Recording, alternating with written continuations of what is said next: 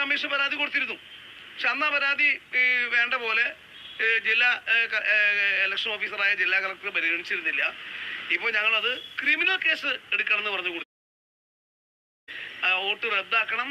ഇത് സംബന്ധിച്ച് ഞങ്ങൾ നേരത്തെ ഇലക്ഷൻ കമ്മീഷൻ പരാതി കൊടുത്തിരുന്നു.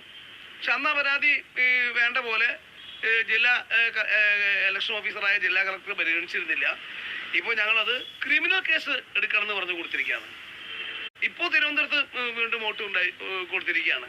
അപ്പം ഇത് വ്യാജ സത്യവാങ്മൂലം കൊടുത്ത് വോട്ടർ പട്ടികയിൽ പേര് എൻട്രി ചെയ്ത ആളെ വോട്ട് അസാധാക്കുന്നതോടുകൂടി ആളെ പാർലമെന്റ് അംഗത്വം ഇല്ലാതായി മാറും. ഈ കാര്യത്തിൽ ഞങ്ങൾ ക്രിമിനൽ കേസിന് വേണ്ടിയിട്ടാണ് പരാതി കൊടുത്തിരിക്കുന്നത്.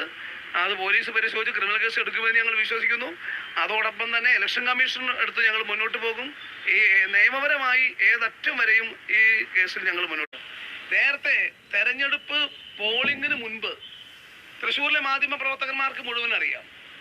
ഇങ്ങനെ തൃശ്ശൂർ നഗരത്തിലെ വിവിധ ഫ്ലാറ്റ് സമുച്ചയങ്ങളിലും ഗുരുവായൂർ നിയോജക മണ്ഡലം ഉൾപ്പെടെയുള്ള ഫ്ലാറ്റ് സമുച്ചയമുള്ള സ്ഥലങ്ങളിലും ഈ തൃശ്ശൂർ പാർലമെന്റ് മണ്ഡലത്തിലെ മറ്റ് 5 അസംബ്ലി മണ്ഡലങ്ങളിൽ വിവിധ ഇടങ്ങളിലായി വ്യാജ വോട്ടുകൾ ചേർത്തിയത്, പലരുടെയും വീടുകളിൽ ചേർത്തിയത് ഞങ്ങൾ അന്ന് രേഖാമൂലം പരാതി നൽകി ജില്ലാ കളക്ടറെ കൊണ്ട് പരിശോധിപ്പിക്കാൻ വേണ്ടി പറഞ്ഞു. അന്ന് ജില്ലാ കളക്ടർ പറഞ്ഞ ഒരു മുട്ടുന്യായം, വോട്ടർ പട്ടിക പേര് വന്നു പോയി, ഞങ്ങൾ എന്ത് ചെയ്യും? കാരണം കരട് വോട്ടർ പട്ടിക വന്നാലേ പരാതി കൊടുക്കാൻ പറ്റൂ. ഫൈനൽ വോട്ടർ പട്ടിക വന്നാൽ ഫൈനൽ വോട്ടർ പട്ടിക പരാതി സ്റ്റാൻഡ് ചെയ്യില്ല എന്നാണ് പറഞ്ഞത്. ഫൈനൽ വോട്ടർ പട്ടിക വന്നപ്പോഴാണ് ഞങ്ങളത് കണ്ടത്. അങ്ങനെ ഞങ്ങൾ പരാതി കൊടുത്തത് വിശദമായി അന്ന് പരിശോധിച്ച് അന്ന് ഇലക്ഷൻ കമ്മിറ്റിയുടെ ചെയർമാൻ കൂടിയായിരുന്ന സിറ്റിംഗ് MP എന്ന നിലയിൽ ഞാൻ തന്നെ രേഖാമൂലം പരാതി കൊടുത്തു. അന്ന് പത്രസമ്മേളനം നടത്തി പോളിംഗിന് മുൻപ് ഈ വിശദാംശങ്ങളെല്ലാം പറഞ്ഞതാണ്.